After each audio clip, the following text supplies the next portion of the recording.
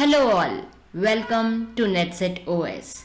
So up till here, till the last video, we have seen how to make your website. When I click here, we can add to a cart, and here we have 8 quantities of flaky pastries and 1 of short crust.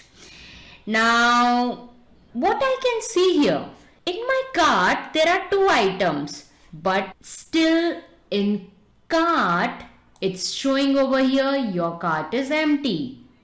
That means it is not reflected in our cart section. So how can we implement this here also, because here it is supposed to show that these 2 items are there in your cart. So how can we do that? We can do this with the help of context processor. Context processor is a Python function that takes the request object as an argument and returns in the form of dictionary. Here we'll be making our custom context processor for our cart.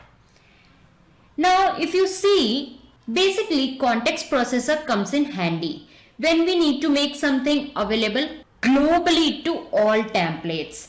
So if we see here in PyCharm, in NetSet shop, there is a settings.py. When I open here, you can see after middleware there is a template section, and here you can see context processors, and this comes by default when we make a new project, which is by the command Django admin start project. Here we get templates context processor by default. So here we have Django template context processor debug, where we can have Boolean debugs as well as SQL queries. Then we have Django template context processors request, which sets the request variable. And then comes Django contrib auth context processor auth, which is for setting the user variable in the request. And then comes for messages. As the name suggests, it sets message variable in the context. It contains all the messages that have been generated using the message framework. Now we'll be going to make a custom context processor. So for that, I'll be going to cart application, and inside cart application, I'll be making a new Python file with the name context_processors.py. Now here first I need to import cart. So I'll be just writing from .cart import cart. Then I need to make a function for context processor. So here I'll be making the name as cart, where request will be in our parameter, and here it will be returning dictionary. Now here in dictionary we'll have key as cart and cart as our value.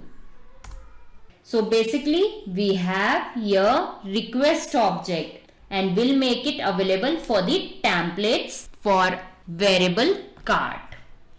Now we'll be going to settings. Inside context processor we'll be making a custom context, which is cart.context_processors .cart. Here it will be context, and this cart context processor will be executed every time a template is rendered. Now here the cart variable will be set in the context of our templates.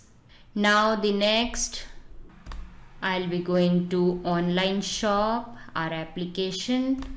Here inside templates we have base.html. Let's edit some lines. Here we got your cart is empty. Now I don't want this your cart is empty. Besides, I'll be making some dynamic things here. So I'll delete this, and here with total underscore items equal to cart and the length. If total items are greater than 0, then it should write your cart. Here it will be taking data from URL cart underscore detail. Let's close this, and here we'll be having total items, total items pluralize, and it will be giving rupees, taking the data from cart.get total price. Else, if it is 0, then it will be giving the data as your cart is empty. Let's end it, and then we'll be closing and with. So here we have changed as per condition. If the total items are greater than 0, then it will be showing the number of items in the cart, else it will be showing your cart is empty for no items. Now at the same time we'll be updating product quantities also. Now we'll be going to cart application, and here we'll be opening views. Now inside this cart underscore detail, give a enter. As soon as the number of items we give there, it will also be updated. So we need to put a for loop for item in cart. Item will be update underscore quantity underscore form equal to cart add product form, where we will take initial equal to quantity item quantity, and here we'll be making override as true. Here we need to put colon, and then it will be returning request with the same cart. So here basically we initialize the form with the current item quantity, and then we have set override to true, so that when we submit the form to the cart add view, the current quantity will be replaced with new one. So now we'll be going to cart detail.html, and here if we see there is item.quantity. Instead of this, we'll be writing form action URL for cart underscore add, and here we'll be having product.id, and method will be keeping as post. Let's keep in quotes and we'll close here. Now inside form we'll be writing for update quantities, so item dot update underscore quantity underscore form dot quantity, and same for override. I'll be copying here, and instead of quantity I'll write override, and we'll be giving update button in input type. Let's give it submit button, for which value will be update, and this method is post, so we need to give CSRF token. It's mandatory to give CSRF underscore token. Now let's save here, and we'll be running the server again.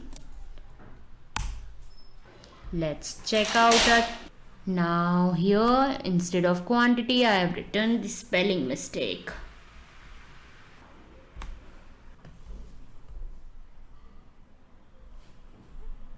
Here quantity Let's save it again and we'll be going to our site. Let's refresh it again, and here we got our cart button ready. And the total price is $355. So ready to go.